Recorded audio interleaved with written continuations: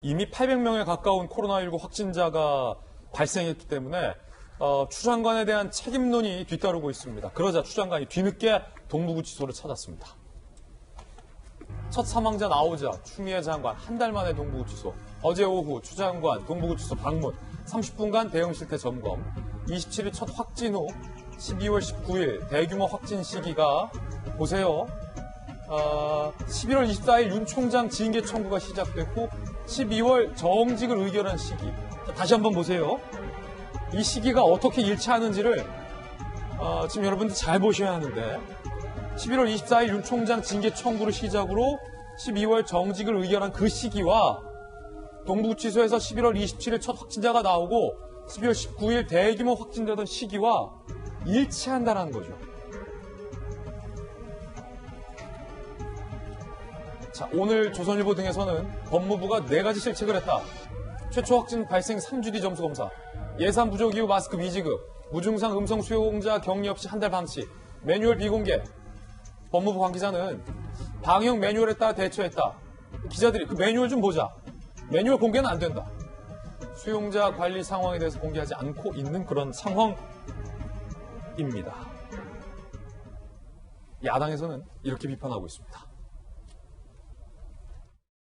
수용자들이 살려달라고 외치는데 가두어놓고 방치한 이 정부의 법무부 장관을 비롯한 관련자들의 무능과 무책임을 엄히 질책하지 않을 수가 없습니다.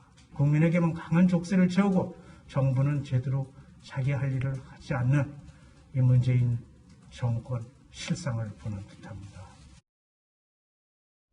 야당의 비판도 있었는데 김영주 의원님, 네. 추미애 장관이 윤 총장 징계를 본격화했던 시기와 동부구치소에서 감염이 확 번진 시기가 일치한다라는 지적.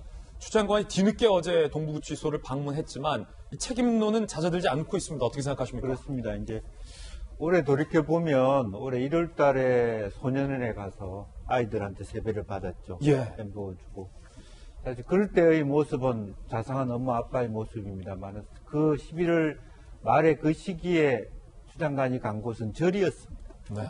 시를 쓰고 오직 그 검찰개혁 그런 얘기를 했었는데 사실 그때 지금 현재 정말 그 깨어있는 교정실 당국의 책임자라면 사실은 해외 출입국 법무부 소관이거든.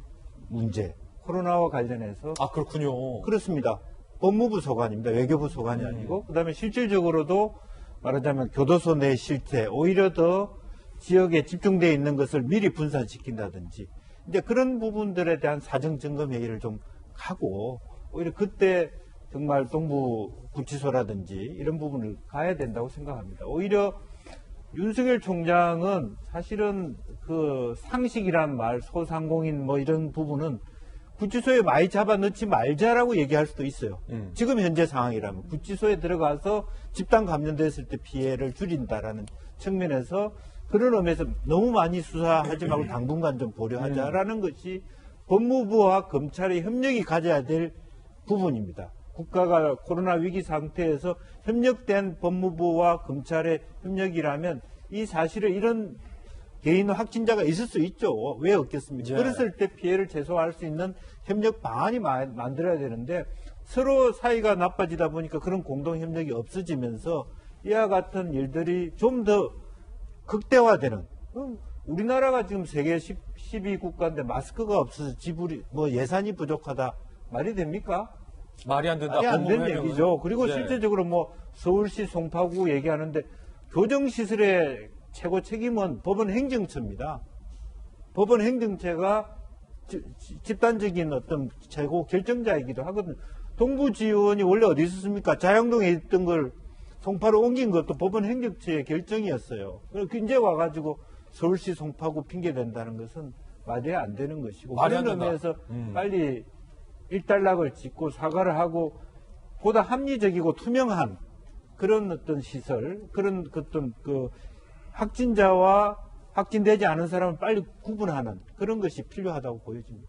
지금 동부구치소 상황은 어떨까요? 수용자들의 자필 편지도 공개됐습니다.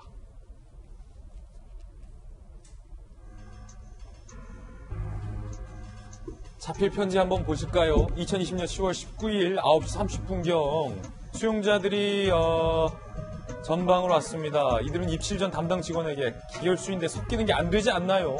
우리는 밀접 접촉자로 14일 격리 기간 끝나지 않았는데 섞여도 되는 거냐? 라고 전방 조치에 의문을 제기했다. 그러나 그 의문이 묻혔다는 거죠. 오늘 상황이 급하니 어쩔 수 없고 내일 다시 조치 취할 때니 일단 오늘은 들어가서 잘하며 강제로 입방시켰다. 등등의 상황에 대해서 편지를 통해서 이야기를 하고 있습니다.